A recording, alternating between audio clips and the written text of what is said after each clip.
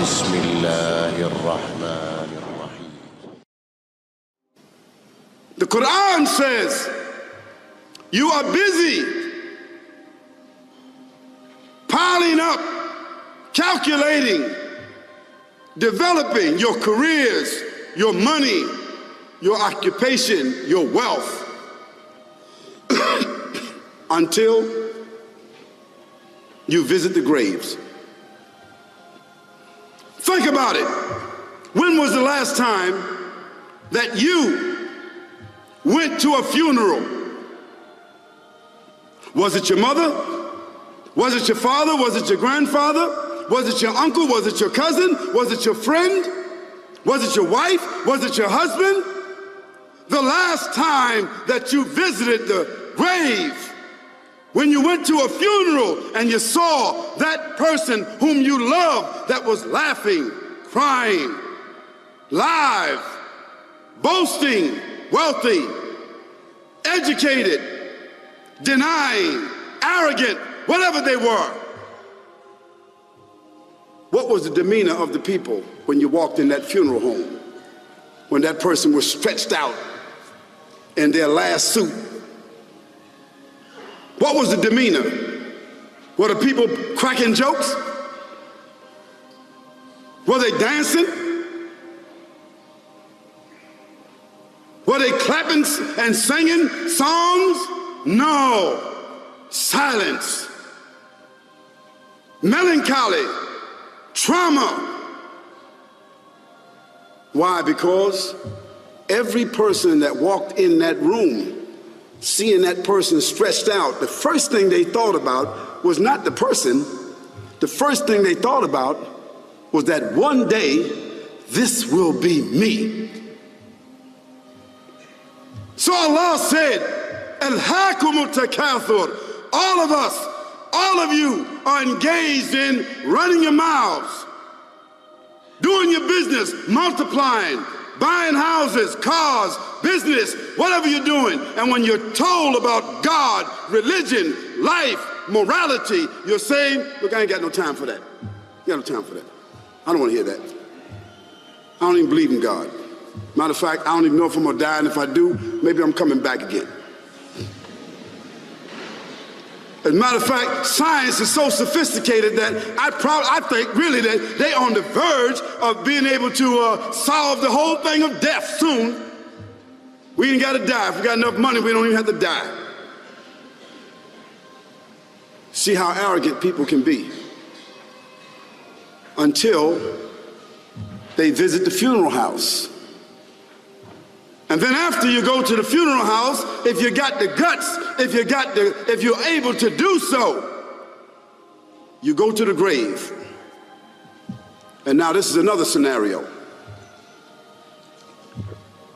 And you say to yourself, is that it? I mean, 50, 60 years, scraping, struggling, scheming, lying, stealing, fornicating, jumping up and down, begging, working, and this is the end of it? I mean, is this what's going to happen to me? Are they going to be dropping me into a hole in the ground? A hole in the ground, the same hole that a cat digs after it defecates. Just a little deeper.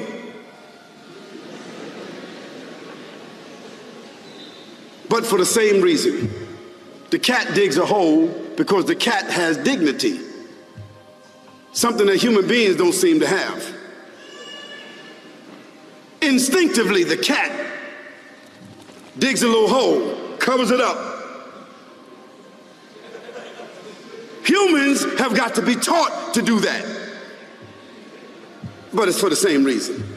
So you and I, we're going into a hole a little deeper than the one the cat dug. And all the people that's crying, pulling out their hair, screaming, almost acting like they falling in the thing with you. They want to just jump in there with you. Not really though, you know, it's all an act. Because ain't nobody really gonna jump in there and stay in there. They don't love you that much.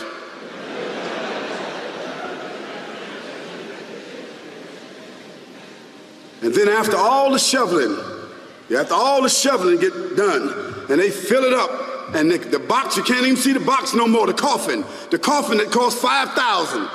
I don't know what did they burn somebody in a $5,000 coffin for? I mean, if I was a funeral director, after they left, I would dig them back up and put them in another box and take that box back.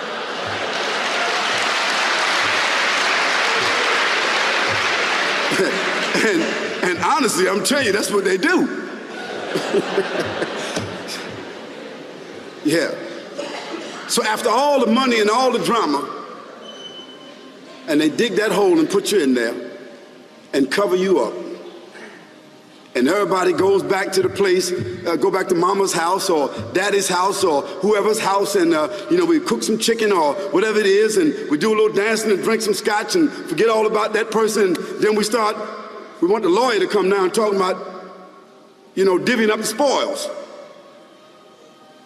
So if that woman who died had a husband, somebody else gonna marry him, you know that. And that man who died, that woman, in about 6 months or a year of grieving or whatever it is, she gonna come to understand that she needs somebody else to be with, so she gonna marry somebody. So that means if his suits are still in the closet and he can fit them, who gonna wear them? So it really means that after all this time, and the people walk away from that grave, it's over. What about that person in the grave? What's happening? Because you know and I know that death is almost like sleeping.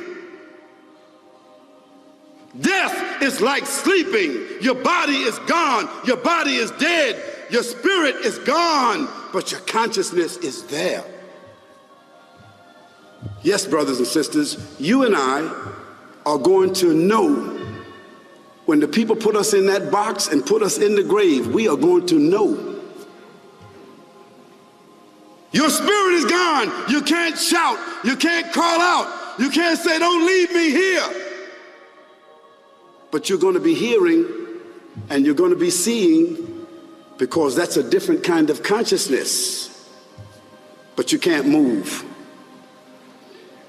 And in that grave, this is when the real trauma is going to begin. Because there's a reason for humans to go inside the grave. If the Creator wanted to, he could have caused us to live and then disappear into the atmosphere. But he didn't. He caused us to go into another womb called the tomb. You started out in the womb of your mother, and you wind up in the womb of the earth called the tomb. From the womb to the tomb. This is the whole trip. And this is what you have to think about. That grave is going to be a place of drama and trauma. A place where you're going to be questioned before you're resurrected. And brothers and sisters, do you think that human beings that have the ability to take a piece of earth, dig it up, irrigate it, put down seeds, plant corn, whatever the case might be. The corn comes up, they harvest the corn. Then after that, what happens? They cut it down, dig it up again, put new seeds in there, and what happens after that? Comes back up again. What happens in the winter? All the leaves fall off the trees and the earth goes dead. And what happens in the springtime? The water comes, generates the earth again, germinates all over again, new grass, new leaves, new flowers, new fruits. So Allah says, and a sign for them is the dead earth. After that, we give it life. And then you eat the fruits from that. So Allah says, the one who gave you life in the beginning, is he not able to give you life all over again in order to judge you? Yes, certainly. You may want to deny it because you don't want to be judged. بكيت وهل بكاء القلب يجدي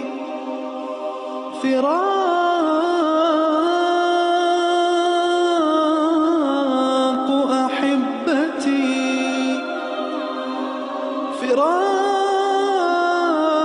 فراق أحبتي وحنين وجدي فما معنى الحياة فما معنى الحياة فما